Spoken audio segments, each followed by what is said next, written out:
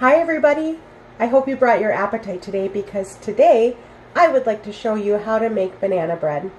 This is my go-to recipe. I have made it over 30 times in the last year alone. I do like to change it up and add modifications and personalization, and it comes out great every time. That's what I love about this recipe, is it is so easy to modify to whatever you prefer.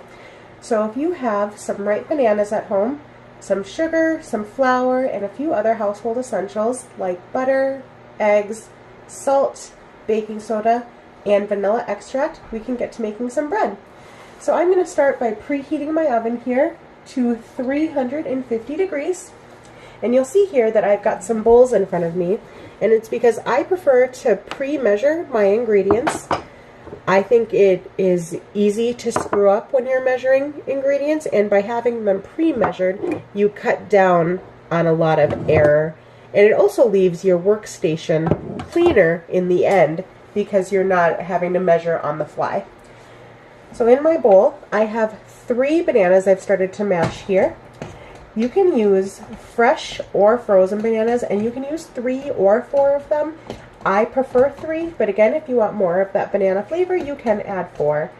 I'm going to mash these until they're about the consistency of applesauce, and it'll be as smooth as I can get it, but still kind of thick. And the reason you want to use ripe bananas is because the more ripe your banana is, the sweeter it is. According to ScienceDirect.com, the reason for that is because the starch that's in bananas breaks down as it ripens, and it breaks down into sugar. So the riper your banana is, the sweeter your bread will be, and the less sugar you'll end up having to add later. So this is what my batter looks like now. My bananas are smooth.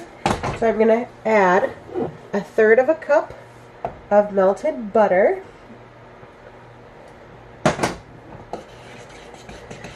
And then I'm going to add 1 teaspoon of baking soda,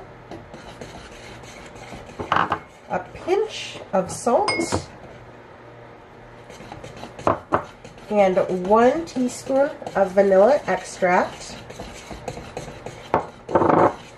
and 1/2 cup of sugar.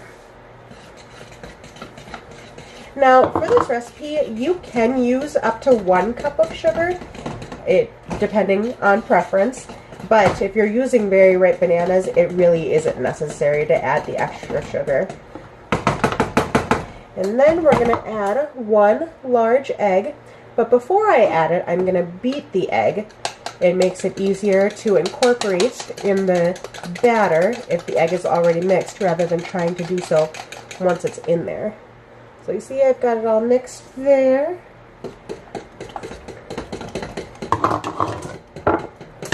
And then I'm going to add 1 1/2 cup of flour.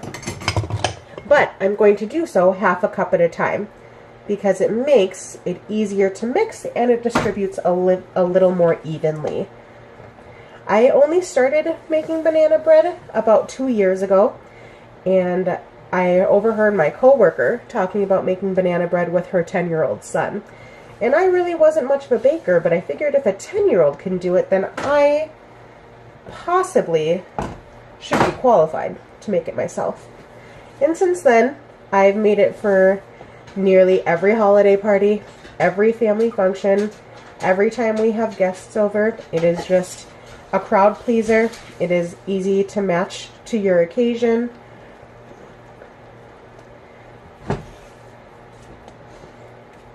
But you do have to like bananas.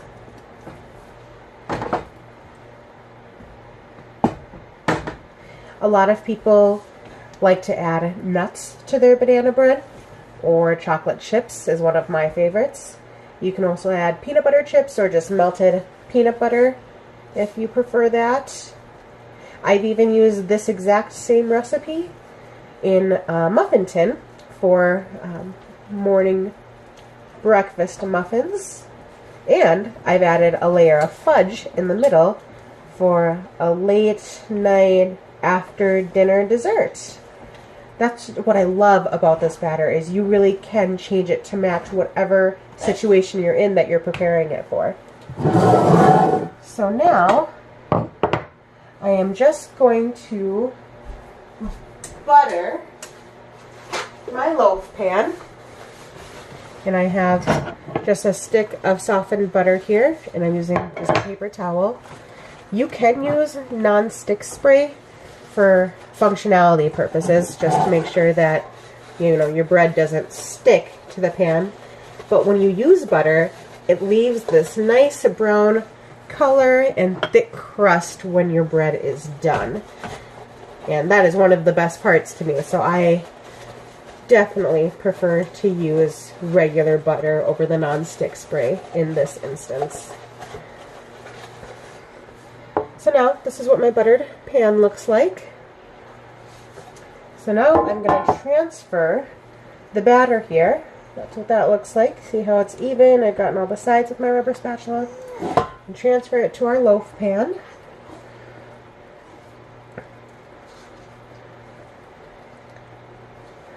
And then once I get it all in there, I'm just going to use my rubber spatula here and even it out.